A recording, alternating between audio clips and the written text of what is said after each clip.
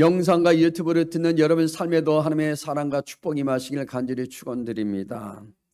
은혜 받으실 말씀은 로마서 3장 10절에서 18절 말씀까지 되겠습니다.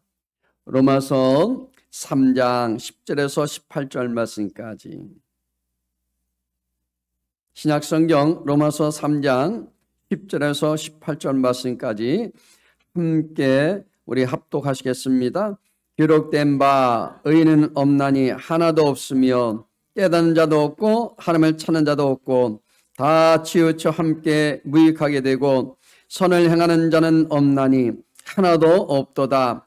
그들의 목구멍은 열린 무덤이요 그 혀로는 속임을 일삼으며 그 입술에는 독사의 독이 있고 그 입에는 저주와 악독이 가득하고 그 발은 피 흘리는데 빠른지라 파멸과 고생이 그 길에 있어 평강의 길을 알지 못하였고 그들의 눈앞에 하나님을 두려움이 없느니라 함과 같으니라. 아멘. 오늘 저는 본문의 말씀을 가지고 이 시대의 실상을 보세요. 따라서 하실까요? 이 시대의 실상을 봅시다. 여러분, 하나님께서는요 세상을 창조하시기도 전에, 우리가 세상에 태어나기도 전에 우리가 무슨 선한 일이나 이런 악한 일을 행하기도 전에 우리를 이미 다 알고 계십니다. 우리가 죄의 본성을 갖고 태어나 여기 자신의 욕망과 세상 풍조를 따라서 우리가 하나님 없이 살아갈 것도 미리 다 아신 분이세요. 그럼에도 불구하고 그리스도 안에서 우리를 택하시고 그리고 사랑해 주시고 예수님을 통하여 우리를 하나님의 자녀로 삼아 주셨다는 사실. 근데 아멘들 딱 세 사람만 하시네. 아멘. 얼마나 사랑하느냐? 예수님을 내어주기까지 하신 분이십니다. 하나님은요 자기 육체의 욕망을 따라 죄 가운데 살던 우리를 어떻게? 바로 그리스도 안에서, 예수님 안에서 예수님을 통하여 그의 사랑을 받는 자녀가 되게 하시는 것일까요? 여기 성경은요 여기 아담 한 사람으로 말미암아 죄가 세상에 들어왔다고 말합니다. 또 그 죄로 말미암아 어떻게 됐다고요? 죽음이 들어왔다는 것입니다. 죽음이 들어온 거예요. 그러므로 한 번 죽는 것은 모든 사람에게 정해진 것이고요, 죽음 이후에는 심판이 있을 것이라고 성경은 단호히 말씀하고 있습니다. 자, 이 시대의 실상을 우리가 보기 위해서는요 여러분 이거 아셔야 돼요. 첫 번째는요 인간은 무능한 존재라는 거예요. 아주 무능합니다. 로마서 3장 9절 말씀 읽어볼까요? 그러면 어떠하냐? 우리는 나으냐? 결코 아니라 유대인이나 헬라인이나 다 제 아래에 있다고 우리가 이미 선언하였느니라. 여기 예수 믿는 우리들은요 믿지 않는 사람들과 질적으로 여기 더 나은 것이 있느냐 이렇게 지금 물어보는 거예요. 자, 바울의 대답은 간단합니다. 결코 아니라는 거예요. 아니라고 주장합니다. 여기 부정하는 겁니다. 예가 없다는 겁니다. 유대인이나 헬라인이나 모두 제 아래에 있다고 우리가 이미 선언하였느니라는, 여기 보십시오. 이렇게 말하고 있는데 한 사람도 예 없이 하나님 앞에서는 다 모든 인간이 똑같이 죄인이라는 사실이에요. 아멘. 제 아래에 있다는 것은 뭐예요? 모든 인류가 제 권세 아래에 있는 것을 의미해 주고 있습니다. 여기 제 아래에 있다는 이 모든 것은요 사람이 죄를 범하는 자체를 의미하기보다는 사람이 죄의 노예로 종속되어서 살아가고 있음을 강조하고 있는 거예요. 죄의 종이 됐던 얘기 뭐예요? 마귀, 귀신한테 잡혀 사는 거예요. 예수님께서는 요한복음 8장 34절에 이렇게 말합니다. 같이 읽어봐요. 죄를 범하는 자마다 죄의 종이라. 죄를 범하는 자. 또 볼까요? 요한일서 우리 3장 4절 말씀 읽어봐요. 죄를 짓는 자마다 불법을 행하나니 죄는 불법이라. 여러분, 죄는 불법입니다. 불법을 행하고 있잖아요. 또 볼까요? 야고보서 4장 17절. 그러므로 사람이 선을 행할 줄 알고도 행하지 아니하면 죄래요. 선을 행할 줄 알면서 하지 않으면 죄랍니다. 요한복음 16장 9절 말씀에도 말합니다. 죄의 대람은 그들이 나를 믿지 아니하며. 큰 죄가 뭔지 아세요? 안 믿는 죄가 큰 죄래요. 죄는 사람을 죄종으로 만드는 권세를 가지고 있습니다. 여기 죄 아래에 있다는 말씀에서 이 아래라는 말은 헬라어 말로 여기 히포라고 말하는데요, 이거는 밑에 있다는 뜻입니다. 밑에 있다는 거예요. 이는 무엇으로부터 지배당하고 있다는 의미로 그 무엇에 소속되어 있음을 나타내주고 있습니다. 우리 소속은 어디예요? 우리 소속은 어디입니까? 맞습니다. 여러분, 이 단어는요, 디모데전서 6장 1절에 이렇게 말하고 있어요. 같이 읽어봐요. 멍에 아래에 있는 종들. 멍에 아래에 있는 종들이래요. 그래서 여기 말씀에서 아래와 같은 것으로 멍에, 여기 뭐예요? 사슬에 묶여있는 제약의 손아귀에 있는 것을 뜻합니다. 거기에 우리는 풀려나지 못하는 거예요. 자유가 없어요. 이처럼 죄는 막연하고 추상적인 단어가 아닙니다. 죄는요, 힘과 권세가 있는 바로 뭐예요? 실체라는 거예요. 힘이 있어요. 우리가 아무리 벗어나고 싶어도 못 벗어나. 눌릴 때가 많잖아요. 가위로 여러분 졸릴 때가 많습니다. 로마서 7장 23절 말합니다. 같이 읽어요. 죄의 법으로 나를 사로잡는 것을 보는도다. 바울은 제가 자신을 끌고 가는 것으로 지금 묘사하고 있는 거예요. 예수 믿기 전 자기가 그렇게 살았다는 얘기입니다. 죄는 바울을 붙들어 노예로 만들고는 질질 끌고 갔습니다. 바울은요, 죄의 실체를 몸으로 느꼈다는 얘기입니다. 그러니까 예수 믿는 사람들 쫓아다니면서 감옥에 놓기도 하고 죽이기도 했던 자기는 죄인 중에 계시래요. 이렇게 악한 짓을 했던 사람입니다. 죄의 힘이 얼마나 센지 피부로 느꼈습니다. 이처럼 죄는요, 힘이 있어요. 우리가 내가 뭐 다 이길 것처럼 얘기하지만 여러분, 그 유혹에는요 다 넘어지게 돼 있어요. 이렇게 여러분, 그렇기 때문에 사람이 한번 죄에 붙들리면요, 그렇게 붙들리게 되면 자신의 힘으로 제할 수가 없습니다. 할 수도 없어요. 절대로 여러분, 죄에서 우리는 자유함을 누릴 수 없는 것입니다. 죄는 마치 강력 접착제와 같아서 절대로 여러분 놓아주지 않습니다. 마귀가요, 한번 붙들면은 안 놓아줄라 그래. 죄에 한번 붙들리면, 여기는 붙들리게 되면요, 자기 뜻과 의지와는 상관없이 제가 원하는 대로 제 의지대로 계속 끌려가게 되는 거예요. 하나 모르는 사람들은 바로 자기가 상관없이 어떻게 돼요? 끌려가고 있잖아요. 죄의 세력에 붙들면 절대로 해낼 수 없고요, 자유로울 수 없습니다. 주님 안에 있을 때만이 자유롭게 되는 거예요. 어떤 사람이 도박에 손을 댔습니다. 한번 호기심에 한번 해봤는데, 근데요, 처음에는 재미로 시작했는데 나중에는 이제 도박 중독자가 되었습니다. 요즘에는 인터넷 통해서 게임 도박이 있잖아요. 그런 걸 한 거예요.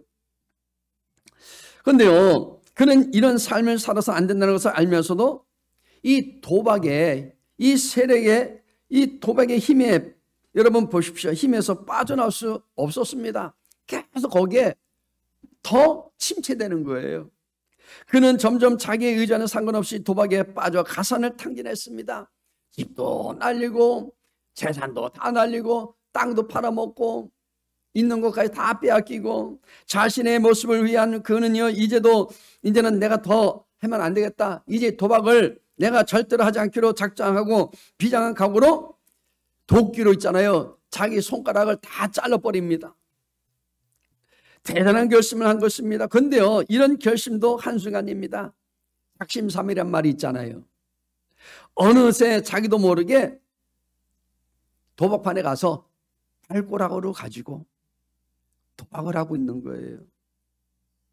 이것이 바로 제 아래에 있는 인간의 모습이요, 제 힘이 얼마나 큰가를 대변해주는 단적인 예입니다. 여러분, 손이 없으면 발로 하는 거예요. 아무리 여러분 그 사람들한테 우리가 얘기해줘도요, 그들은요 거기서 못 벗어나요. 우리는 죄의 세력을 가슴에 가서는 안 됩니다. 죄의 힘은요 매우 무섭습니다. 인간의 힘으로는 절대로 여러분 죄의 세력에서 빠져나올 수 없습니다. 근데요 사람들은 이 죄의 심각성에 대해 잘 알지 못합니다. 그냥 당연히 이거 뭐 한번 죄를 질 수 있는 거지라고 얘기해요.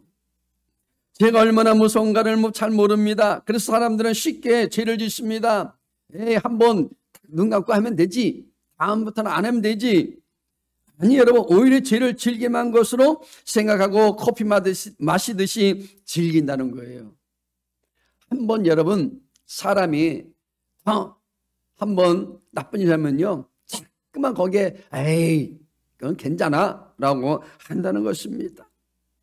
그러나 여러분, 사람이 죄를 범하게 되면 죄를 짓는 그 순간 죄의 노예가 되어서 영원한 파멸에 이르게 되는 겁니다. 여러분, 이 죄의 세력에서 벗어나려면 반드시 이보다 더 큰 어떤 세력의 도움이 있어야 될 줄로 믿습니다. 두 번째는요, 인간은 부패한 마음을 가진 존재라는 거예요.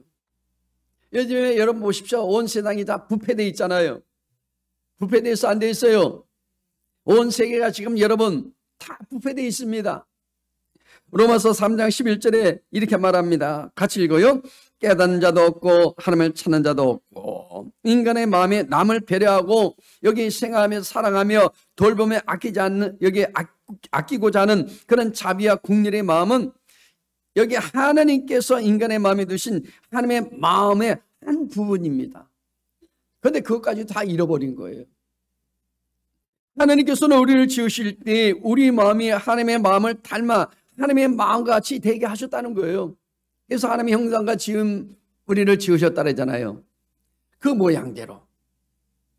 그래서 하나님이 기뻐하시는 것을 함께 기뻐할 뿐만 아니라 하나님이 싫어하는 것을 함께 싫어하고 또 하나님이 슬퍼하는 것을 함께 슬퍼하고, 여러분 보십시오. 아파하는 것을 함께 아파하는 마음을 주었다는 거예요. 누가? 우리 주님이. 즉 인간은요 그를 지으신 하나님과 공감하는 마음을 여기 가진 존재라는 사실이에요. 하나님과 늘 교통하며, 그죠? 그리고 그분의 마음을 이해하고 그분의 사랑을 내가 깨닫게 되고, 이렇게 우리가 살아가는 존재로 이렇게 만들어 주셨다는 것입니다. 보십시오. 그런데 창세기 2장 22절에서 23절 보니까 하나님의 마음을 닮은 첫사람의 이 마음의 상태를 여기 아담이요 하와를 만나는 장면에서 우리는 언제나 사람의 마음이 어떤가를 우리는 살펴볼 수 있는 것입니다. 여러분, 아담이 말한 이 말 내용은요 뭔지 아세요? 내 뼈 중에 뼈요 살 중에 살이라는 말은 뭐예요? 마음에 넘치는 기쁨을 나타내는 표현입니다. 그만큼 뭐예요? 너무 기쁘다는 거예요. 근데 보십시오. 내 뼈 가운데 가장 중요한 뼈이고 내 살 중에 가장 소중한 살이라는 의미를 담고 있는데요, 원문에서 23절의 내용은 아담의 마음이 즐거움과 그 다음에 기쁨과 행복으로 가득함으로 하나님이 주신 여인에 대한 사랑과 애정이 듬뿍 담긴 표현입니다. 처음에 딱 만날 때 뭐라 그래요? 그냥 당신 없으면 못 산다 그러잖아요. I love you, you love 막 하면서 그랬잖아요. 처음 창조된 인간의 마음은 하나님이 주신 것에 대하여 기뻐하게 할 뿐만 아니라 마음껏 즐거워하며 행복하였다는 사실입니다. 그런데 또 하나님과 여기 보십시오. 하나님이 사랑하신 것을 사랑하며 만족하였고 늘 사랑으로 충만했던 거예요. 하나님 한 분이면 전부라고 믿었어요.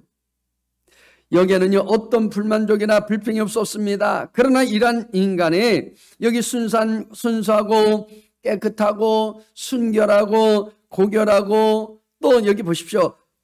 고귀하고 아름다우며 선한 인간의 마음은 하나님에 대해서, 근데 어떻게 됐습니까? 대적하여 죄를 범하는 순간부터 이제 부패하기 시작하였고요.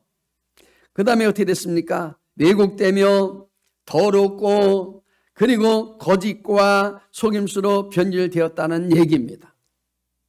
그렇게 순수한 모습들이 바뀌었다는 얘기입니다.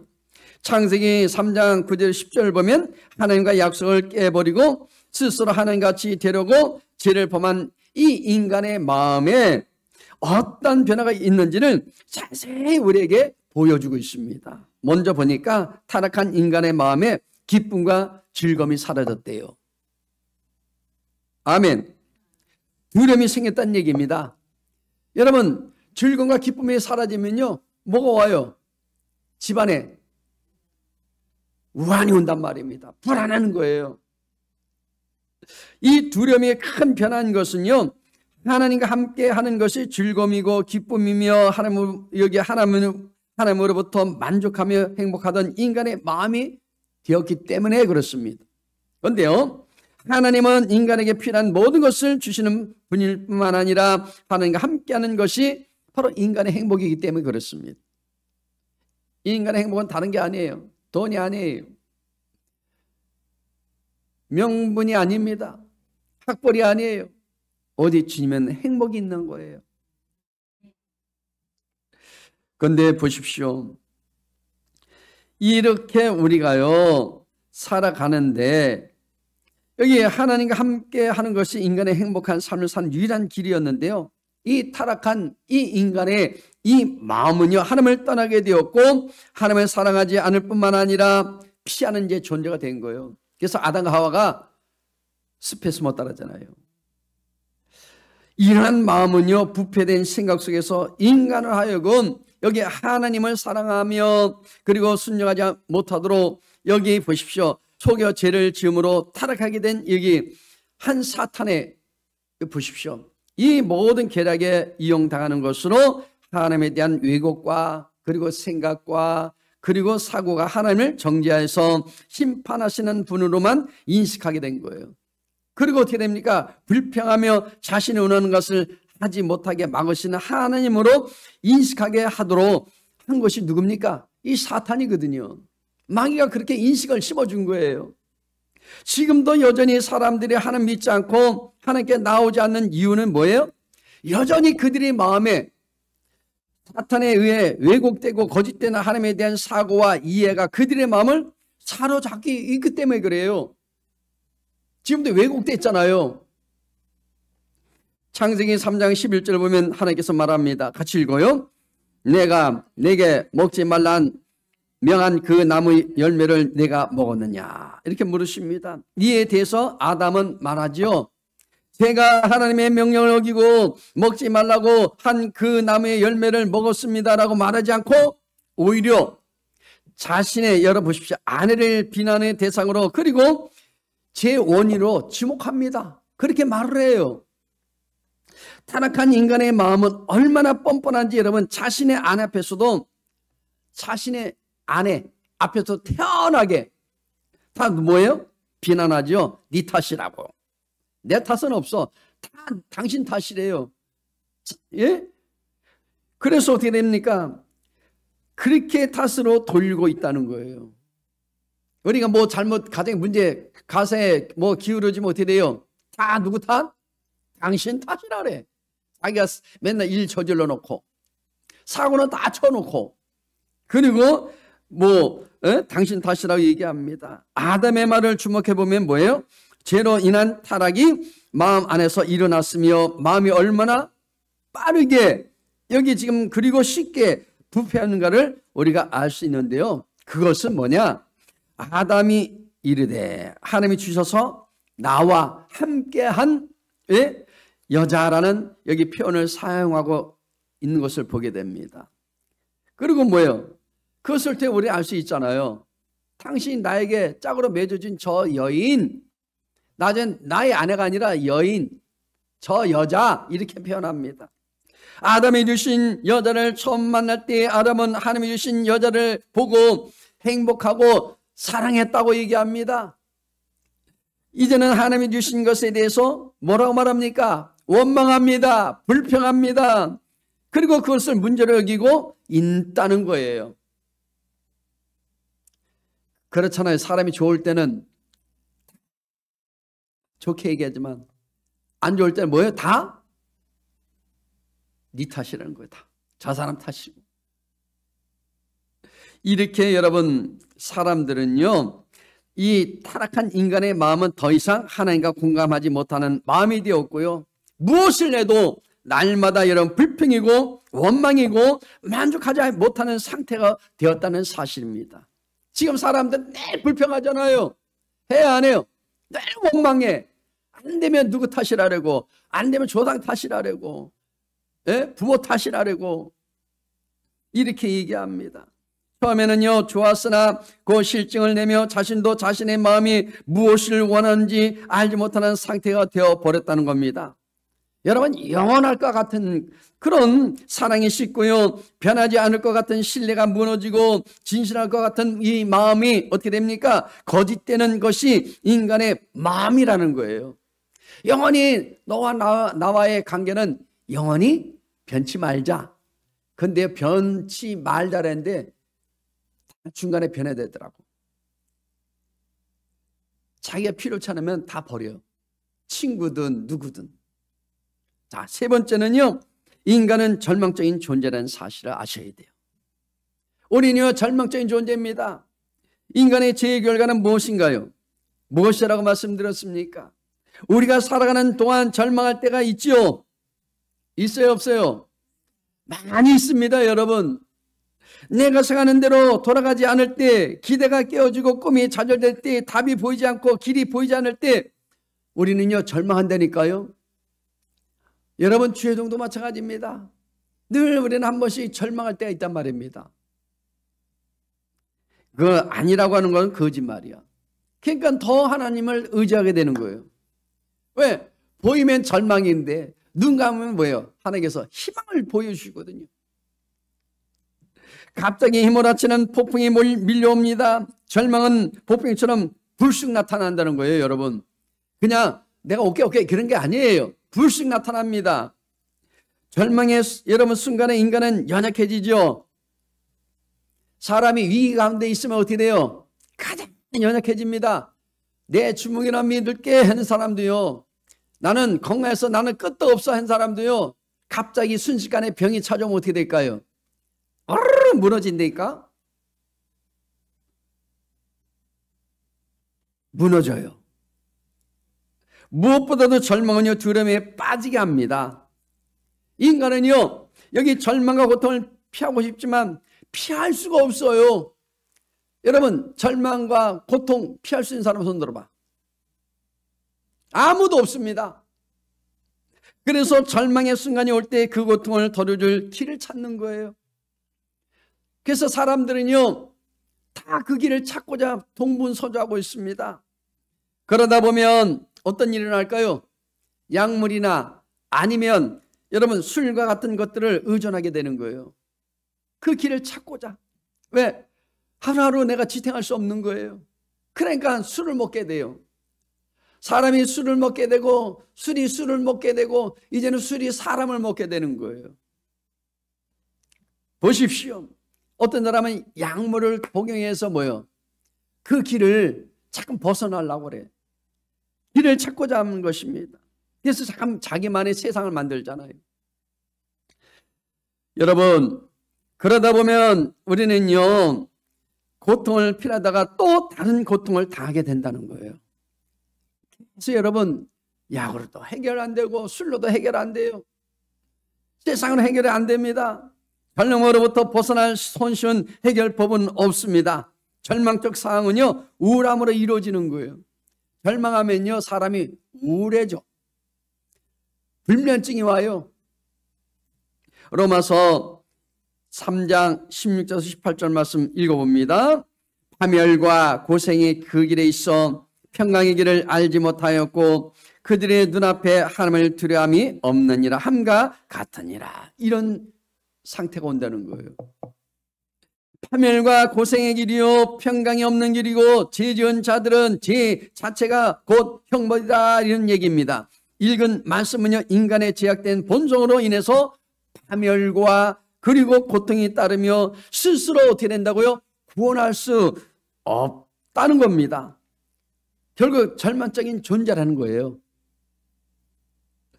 자, 전도서 2장 23절 말씀 읽어볼까요? 일평생에 근심하며 수고하는 것이 슬픔뿐이라 그의 마음이 밤에도 쉬지 못하나니 이것도 헛되도다. 여기 전도자가 발견한 자기도 모두 헛된 것밖에 없다는 거예요. 전도자 누굽니까? 솔로몬. 헛된 거라는 거예요. 창세기 3장 보십시오. 여기 보면 여기 17절에서 19절에 보면 그 원인이 있어요. 같이 읽어봐요. 아담에게 이르시되 내가 내 아내 말을 듣고 내가 네게 먹지 말란 나무의 열매를 먹었은즉 땅은 너로 말미암아 저주를 받고 너는 내 평생에 수고하여야 그 소산을 먹으리라. 땅에 내게 가시덤불과 엉겅퀴를 낼 것이라. 내가 먹을 것은 밭의 채소인즉 내가 흙으로 돌아갈 때까지 얼굴에 땀을 흘려야 먹을 것을 먹으리니 내가 그곳에서 치함을 입었습니다. 너는 흙이니 흙으로 돌아갈 것이니라 하시니라. 아멘. 아담은요, 보십시오. 이 타락한 아담은요, 그에 대한 성경은 절망을 선포하고 있다는 거예요. 이것이 인간의 모습이라는 거예요. 아담과 하와는요, 죄로 벌거벗고 버림받은 나를 발견한 것입니다. 죄를 짓자 어떻게 됐다고요? 하나님의 영광이 떠나가게 된 거예요. 벌거벗은 수치로 그래서 뭐요? 가득한 거예요. 여러분들이 알몸으로 바깥에 여러분 다닐 수 있겠어요? 절대 못 다녀. 다닐 수 있나 손 들어봐요. 없어. 근데 하나님과 아담 하와가 이렇게 에덴에서 거닐 때는요, 발개벗은 것도 몰랐어. 창피한 것도 몰랐다니까요. 아담 하와가 옷을 입게 된 이유는요, 죄를 진 결과예요. 그래서 하나님께서 숲에 숨어갖고 잎살 가지고 중요한 부분만 다 가리고 있으니까 하나님께서 짐승을 딱 잡아서 짐승의 가죽을 가지고 옷을 만들어줬단 말입니다. 그게 뭐예요? 바로 예수님께서 피를 흘리심으로, 예수님이 죽으심으로, 그래서 그분이 믿음의 의의 옷을 우리에게 입혀 주셔서 우리가 이제는 죄인이 아닌 의인으로서의 삶을 살게 된 줄로 믿으시길 바랍니다. 보십시오. 여기 보시면 세상 어떤 사람들 그 부끄러움을 가릴 수 없습니다. 재책의 부끄러움 앞에서 몸부림치고 도망쳐서 나무 뒤에 숨었습니다. 누가요? 아담과 하와가. 그리고 아담 하와는요, 자기는 저주받은 땅에서 고생하며 사는 자신을 보게 된 거예요. 자신을 발견하게 된 겁니다. 땅은 저주를 받아 가시엉키를 내고, 이 얘기는 뭐예요? 땅은, 이 세상은요, 저주를 받았어요. 그래서 뭐예요? 여기 얘기해주는 이 가시엉겅퀴라는 얘기 뭐예요? 인생은 날마다 수고와 슬픔과 그리고 실패의 연속이라는 거예요. 아무도 여러분 성공한 사람 없어요. 다 실패하면서 살아가는 거예요. 그렇게 몸부림치다가 결국 어떻게 됐다고요? 결국 사람은 이마야 땀을 흘리며 먹고 삽니다. 그 다음에 어떻게 된다고요? 시름시름 질병이 다가오겠지요. 아프면 그 다음에 뭐예요? 죽음이 오는 거예요. 죽음 다음에는 뭐예요? 심판이 임한다는 겁니다. 이렇게 비참한 환경을 발견하게 된 이 자신을 보게 된 거예요. 아담과 하와가. 그리고 종국적으로 아담과 하와가 발견한 자신은요, 병들고 죽어 흙으로 돌아가는 비극적인 자신의 모습을 보게 된 것입니다. 그렇습니다. 인간이 이 절망에서 벗어나려면 예수님을 제대로 만나야 돼요. 예수님이 누구시라고요? 예수님은 육신을 쓰고 오신 하나님이란 사실입니다. 자, 요한복음 3장 16절 말씀 읽어봐요. 하나님이 세상을 이처럼 사랑하사 독생자를 주셨으니 이는 그를 믿는 자마다 멸망하지 않고 영생을 얻게 하려 하십니다. 이렇게 말합니다. 요한복음 1장 우리 14절 말씀에도 이렇게 말합니다. 같이 읽어요. 말씀이 육신이 되어 우리 가운데 거하심에 우리가 그의 영광을 보니 아버지 독생자의 영광이여 은혜와 진리가 충만하더라. 이렇게 말씀합니다. 예수님은 사랑과 하나 되기 위해서 이 땅에 오셨다는 거예요. 그런데요, 오고 끝난 게 아니잖아요. 그분이 죽으시고 부활하신 다음에 예수님은 아버지 곁으로 가셨지만 지금은 부에서 성령, 예수의 영이 와 계세요. 지금은. 왜 그럴까요? 우리와 함께 하기 위해서 오신 거예요. 다시 말하면 절망적인 인간과 하나 되어 인간을 건지시기 위한 것입니다. 한 사람 한 사람을 다 여러분 구원하기 위해서 그러셨다는 얘기입니다. 우리를 마귀에서 해방시켜 주시고 사망의 절망에서 건져주시기 위해서 주님은 인간으로 이 절망의 세상 속으로 뛰어 들어오셨다는 사실입니다. 지금 와 계시잖아요. 주님은 사람의 죄물을 대신 담당하시고요, 여기에 십자가에서 죽으셨다는 겁니다. 우리의 죄와 불의, 추악과 저주, 절망을 바로 주님의 것으로 짊어지고 인간의 채무를 주님이 담당해 주신 분이시라는 사실입니다. 예수님요, 죄를 지은 적이 한 번도 없습니다. 그분은 하나님이잖아요. 예수님은 절망적인 존재가 아닙니다. 예수님 그 자체가 희망이에요.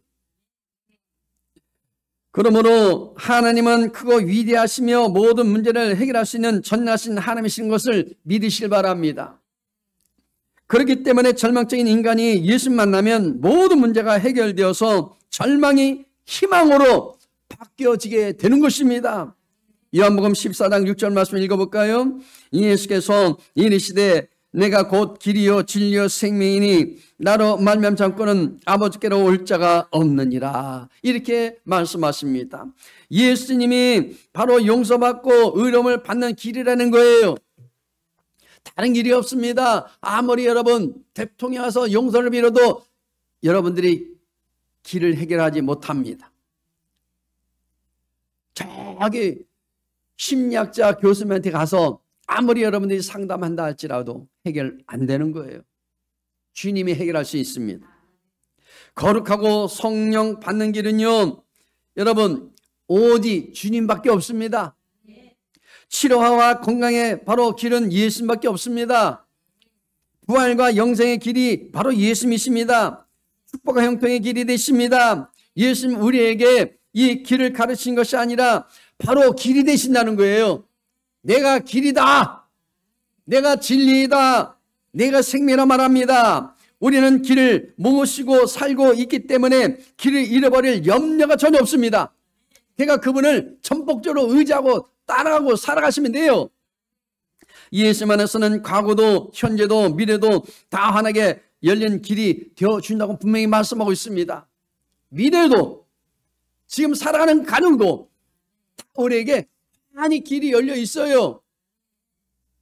예수님을 모셔야만 인간의 절망이 예수님의 희망으로 옮겨지게 되는 것을 믿으시길 바랍니다. 여러분, 우리는요 새로운 한 주간도 희망의 기쁜 소식을 전하며 살아가시기를 간절히 축복합니다. 기도하겠습니다. 하나님 감사합니다. 이처럼 저를 사랑하시고 불러주신 주님을 찬양합니다. 아버지 하나님, 우리에게 날마다 하나님께서 삶을 통하여 늘 희망이 우리 삶 속에 넘쳐날 수 있도록 인도하여 주시길 원합니다. 오직 주님만 의지하며 살아갈 때마다 날마다 생명이 넘쳐날 수 있도록 인도하여 주옵소서. 예수 이름으로 기도드리옵나이다. 아멘. 이 시간에 우리 말씀을 생각하시면 기도하시면